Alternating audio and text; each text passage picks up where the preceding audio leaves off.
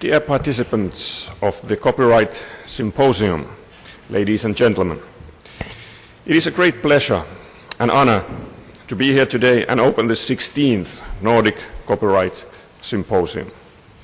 In recent years, the copyright regime and the way it functions have been under constant scrutiny and have faced a lot of criticism.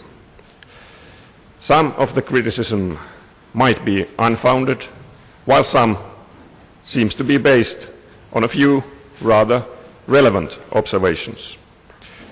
The question dominating the recent discussion has been the adaptability of the copyright regime to the constantly changing operating environment and how it can respond to the need to reform brought about by technological developments.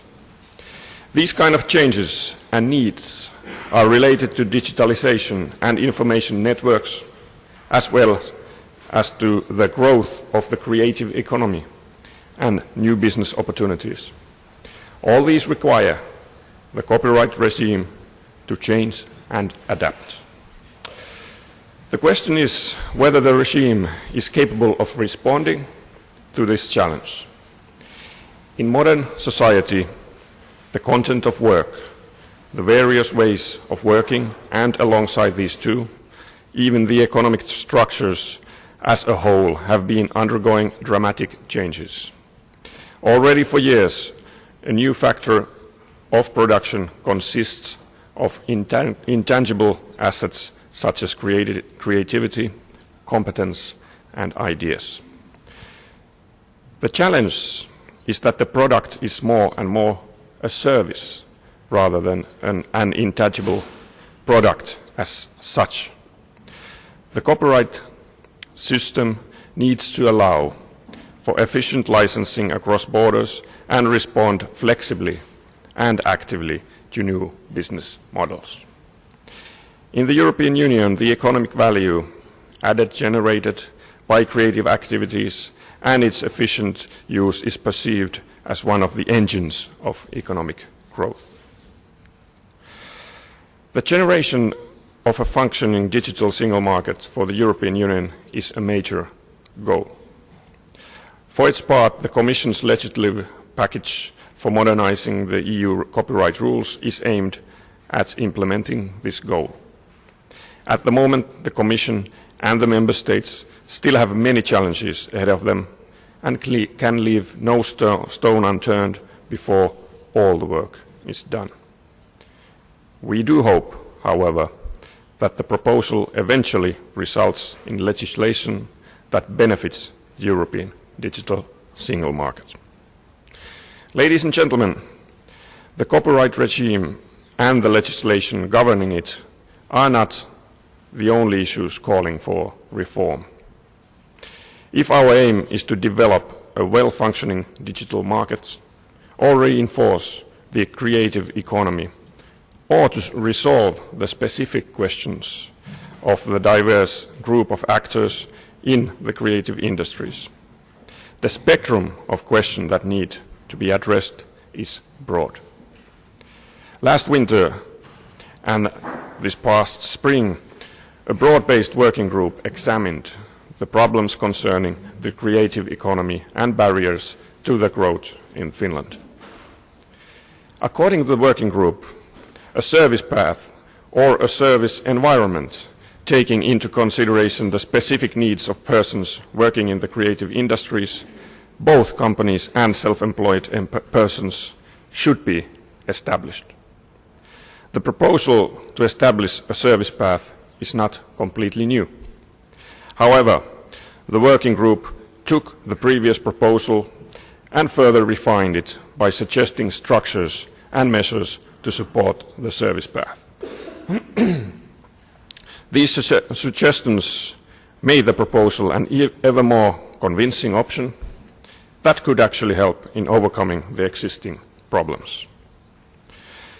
One of the questions, probably the most challenging one, concerning IP-based companies. It is of utmost importance to develop financing instruments that IP valuation methods suitable for these companies. New financing instruments have been created during the past 5 or 10 years, also for companies in the creative industries. However, we still have problems to solve. These problems are related to the links between the financing instruments. The instruments should form one single entity suitable for the value chain of creative industries and its different parts. The working group also addressed questions related to the social security of artists and other professionals working in the creative industries. This was, in fact, one of the top priorities in the working group's report. The core of the problem is that there are a great number of people working in the creative industries whose status in the employment and labor market is that of a temporary worker, freelancer, part-time, self-employed person, or so-called light entrepreneur. The problem is that they do not fit the traditional definition of a wage earner or an entrepreneur laid down in the labor legislation. And this has the negative effect to their social security and future pensions. The problems and defects that I just mentioned show that we need not only a broad perspective, but also concrete solutions to address these issues. Furthermore, each of the creative sectors has its own specific issues that need to be taken into account. The reinforcement of the creativity and creative economy, industry, and the improvement of the status of the workforce of this sector form a complex entity. The related problems and special issues cannot be solved or the potential utilized within a single administrative branch or through single piece of legislation. Despite the fact that there are undeniably a lot of challenges, there is no reason to feel discouraged. Rather the opposite. In its midterm policy review last spring, the Finnish government decided to update its priorities for the remainder of this term. We then set the reinforcement of the creative industries as one of the new priorities for the government's measures in the areas of knowledge, growth and employment. Dear participants, let me say a few words about copyright. I might provide answers to some of the open questions. The copyright regime is important, of course, even necessary for people working in the creative industries.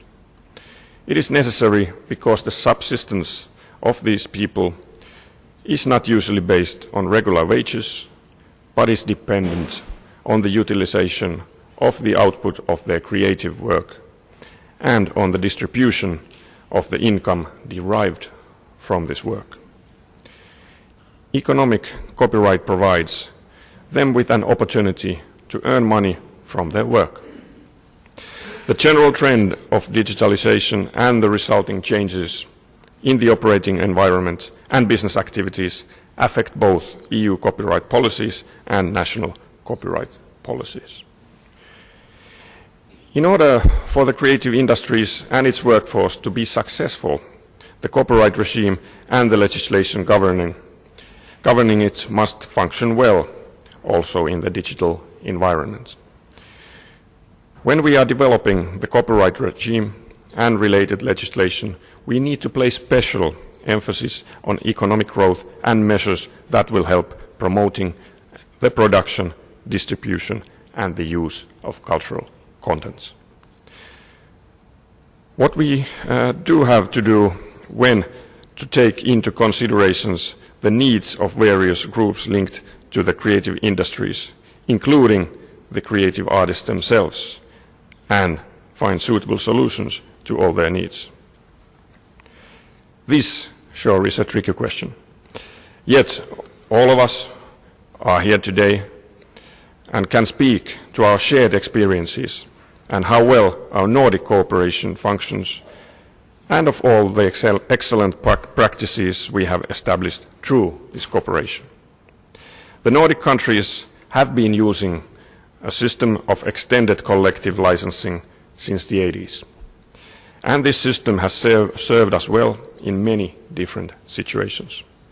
In cases where individual licensing of works is not in practice possible, the extended collective license allows for agreements on the rights of use to be concluded and provides for the payment of remunerations to the right holders. Individual licensing, whenever it is feasible and the right holders themselves wish to grant rights of use, should, however, be the primary means of acquiring rights of use. In the European discussion, the extended collective license has been brought up as a potential means of rights licensing that could be employed also in cross-border use of creative works. Maybe the time has come for us all to unite our forces and work together with the aim of finally introducing the extended collective license, a Nordic export commodity, so to say, into the European legislation as well. Ladies and gentlemen, I wish you all a very pleasant symposium and stay here in Helsinki. Thank you.